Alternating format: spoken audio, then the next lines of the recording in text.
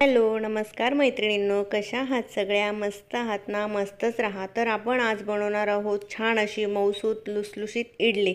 इथे मी इडली बनवण्यासाठी वाडा कोलम तांदूळ घेतलेले आहे. तुम्ही कुठलेही तांदूळ घेऊ शकता, अगदी रेशनचे घेतले तरीही चालेल. नॉर्मली इडलीचं प्रमाण कसं असतं, 3 वाट्या तांदूळ असेल तर 1 वाटी उडदाची डाळ घ्यायची. तुम्हाला मी पुढे प्रमाण सांगते. बऱ्याचदा काय होतं, आपली इडली फुगत नाही किंवा इडली अगदी चपटी होते, मऊ होत नाही. तर मी काय टाकल्याने इडली मऊ होते इथे तुम्हाला मी सांगणार आहे. त्यामुळे रेसिपी पूर्ण बघा, अगदी सोपी अशी रेसिपी आहे. चला तर स्टार्ट करूया. तर इथे बघा, ह्या पातेल्याने मी तांदूळ मोजून घेतले आहे. 1.5 पातेले तांदूळ घेतलेले आहे. 1.5 पातेलं तांदळासाठी इथे मी अर्ध पातेलं उडदाची डाळ घेतलेली आहे. तुम्ही बघू शकता, इथे अगदी अर्ध पातेलं भरूनच उडदाची डाळ मी घेतलेली आहे. आता हे तांदूळ 2 पाण्याने छान स्वच्छ असे धुवून घ्यायचे आहे. इथे बघा, मी तांदूळ छान असे 2 पाण्याने स्वच्छ धुवून घेतलेले आहे. अगदी स्वच्छ तांदूळ धुवायचे, त्यामुळे इडलीचा कलर. त्यानंतर इथे तांदूळ भिजण्यासाठी भरपूर पाणी टाकायचं. बघा, इथे मी भरपूर असं पाणी टाकलेलं आहे, तुम्ही बघू शकता, जेणेकरून तांदूळ छान असे भिजते. तर इथे ॲड करायचे पोहे. बघा, इथे मी पोहे ॲड करते. आता हे पोहे छान स्वच्छ धुवून घ्यायचे. बघू शकता तुम्ही, इथे मी पोहे धुवून घेतलेले आहे आणि आता हे तांदूळ भिजत टाकतानाच पोहे त्यात ॲड करूया. त्यानंतर इथे ॲड करूया मुरमुरे. इथे बघा, हे मी मुरमुरे घेतलेले आहे. हे छान असे स्वच्छ धुवून घ्यायचे आणि इथे तांदळामध्ये ॲड करायचे. तुम्ही बघू शकता, इथे मी हे मुरमुरे ॲड करते. त्यानंतर इथे ॲड करायचे मेथीचे दाणे. इथे बघा, मी सगळं धुवून झाल्यानंतर मेथीचे दाणे ॲड करते. नंतर भरपूर पाणी टाकून हे तांदूळ छान असे 5 ते 6 तासासाठी भिजत ठेवायचे. झाकण ठेवून द्यायचं आणि त्यानंतर उडदाची डाळ देखील छान अशी स्वच्छ धुवून घ्यायची. डाळ खूप चोळून नाही धुवायची, 2 पाण्याने अगदी अलगद हाताने धुवायची. आणि डाळ देखील भरपूर पाणी टाकून डाळ पण छान अशी भिजू द्यायची. 5 ते 6 तासासाठी मस्त भिजू द्यायची. तुम्ही बघू शकता, आपली डाळ छान अशी भिजलेली आहे. तर ही डाळ मिक्सरला ग्राइंड करण्यासाठी जे पाणी भिजवलेलं आहे तेच पाणी डाळ वाटताना वापरायचं आहे. खूप असं पाणी नाही वापरायचं, अगदी थोडंसं पाणी वापरायचं. मग आपण आता डाळ छान अशी ग्राइंड करून घेऊया. इथे बघा, थोडी ग्राइंड करायची, खूप अशी डाळ घेऊ नका, अगदी थोडीशी घ्या. इथे बघा, मी भांडं मोठं आहे त्यामुळे थोडीच डाळ घेते, जास्त अशी डाळ घेत नाही. तर तुम्ही बघू शकता, इथे माझी डाळ छान अशी वाटून झालेली आहे. खूप अशी रवाळही नाही ठेवली आणि खूप अशी बारीकही नाही केलेली आहे. तर बघा, डाळ वाटून झाल्यानंतर त्याचं असंच टेक्स्चर ठेवायचं, खूप पातळ नाही करायचं आणि खूप असं घट्ट नाही. तुम्ही बघू शकता मी कसं केलेलं आहे.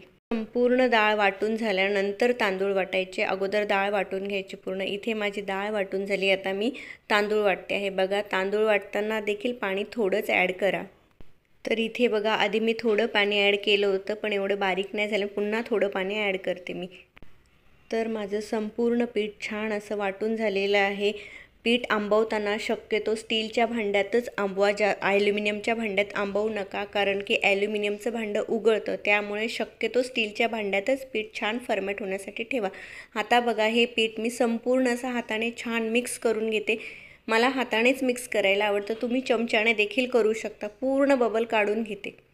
इथे बघा, माझं संपूर्ण पीठ छान असं वाटून झालेलं आहे. आता आपण हे पीठ छान 7 ते 8 तासासाठी फर्मेट होऊ देऊया. हे तुम्ही बघू शकता, आपलं बॅटर छान असं फर्मॅट झालेलं आहे. जवळजवळ 7 ते 8 तास मी हे फर्मेटसाठी ठेवलं होतं. खूप मस्त पीठ फुगून आलं. त्यानंतर चवीनुसार पिठात मीठ ॲड करायचं. इथे मी 1 चमचा मीठ ॲड केलेलं आहे. पीठ छान मिक्स होईपर्यंत आपण इथे इडली पात्रामध्ये पाणी ठेवून ते पाणी गरम होण्यासाठी ठेवूया. पीठ खूप असं जोरात नाही मिक्स करायचं. हे बघा, किती सुंदर असं फर्मेट झालेलं आहे, बघू शकता तुम्ही. अगदी अलगद पीठ हे छान असं मिक्स करून घ्यायचं. मला संपूर्ण पीठ इथे लागणार आहे, म्हणून मी संपूर्ण पिठामध्ये मीठ ॲड केलेलं आहे. तुम्हाला हवं तेवढं, जेवढं तुम्ही वापरणार आहे. इथे बघा, इडली पात्राला छान असं तेल लावून घ्यायचं. तुम्ही ब्रशच्या मदतीनेही तेल लावू शकता, पण मला हाताने लावायलाच आवडतं, त्यामुळे मी हातानेच तेल लावते. भरपूर असं तेल लावून घ्या, जेणेकरून इडल्या खाली चिकटणार नाही. तर बघा, इथे मी दोन्ही इडली पात्रांना छान असं तेल लावून घेतलेलं आहे. इडली पात्रामध्ये भरूया आता.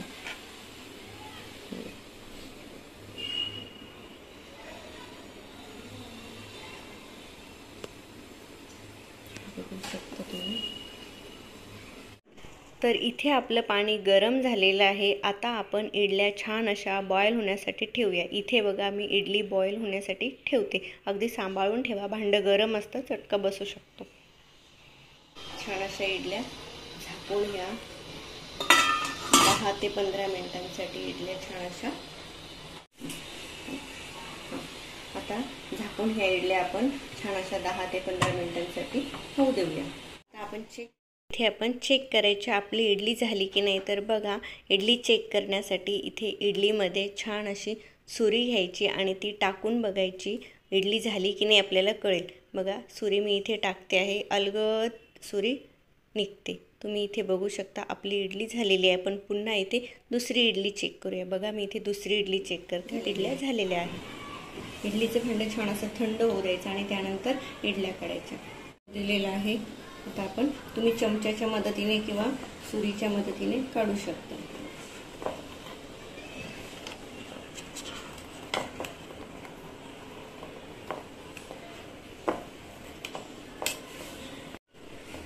हे बघा, बघू शकता तुम्ही